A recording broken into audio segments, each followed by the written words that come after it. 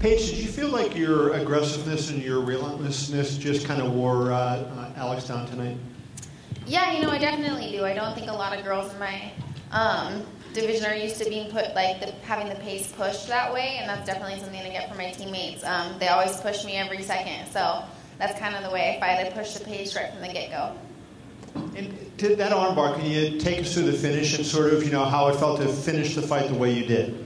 Yeah, you know, of course it felt awesome to get the finish. I was kind of avoiding being on the ground with her. She was a purple belt. That was something that I kind of was hesitant going on the ground with her for. But I'm really, really comfortable on the ground. I should have had a little bit more confidence in myself on the ground.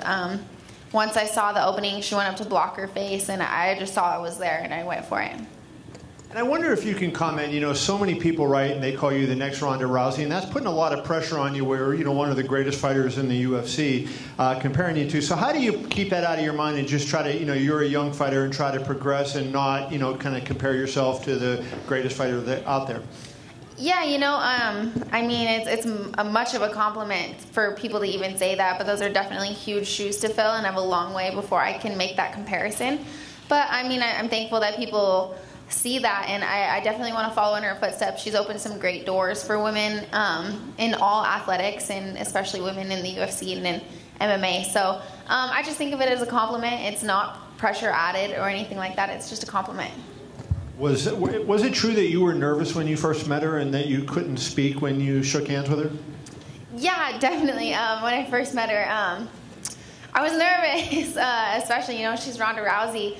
I met her at a Reebok photo shoot, so I saw her walk in and the nerves rose, but I made sure I went over, shook her hand, and she gave me a compliment on my last fight, and didn't really know what else to say other than, hey.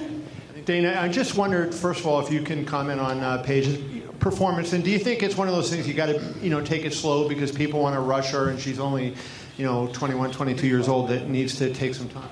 Yeah, no, I agree. She has all the attributes of a little rock star, man. She's got a great personality. She's absolutely relentless when she fights. She moves forward. She puts Mighty Mouse type pressure on fighters. And yesterday she was the most searched fighter on UFC.com. I mean, people love her. All of her sponsors were all sitting around cage side with their phones out filming her when she walked out. And she's got it, man. She's got it. She's got to put in the hard work and keep her head together. And you know, I mean, it's when you ask, you know, do you take it easy with her? She's ranked number 7 and she's dominating. It's hard to hold somebody back like that. You know, when she fights, you see that she's definitely green and she's young, but she's relentless and she's scrappy and she wins, man. In light of what you just heard Dana say, I wanted to ask you, revisit the whole idea of being a title contender. You've obviously said that you're fine with being patient, you want to improve, continue working your way up.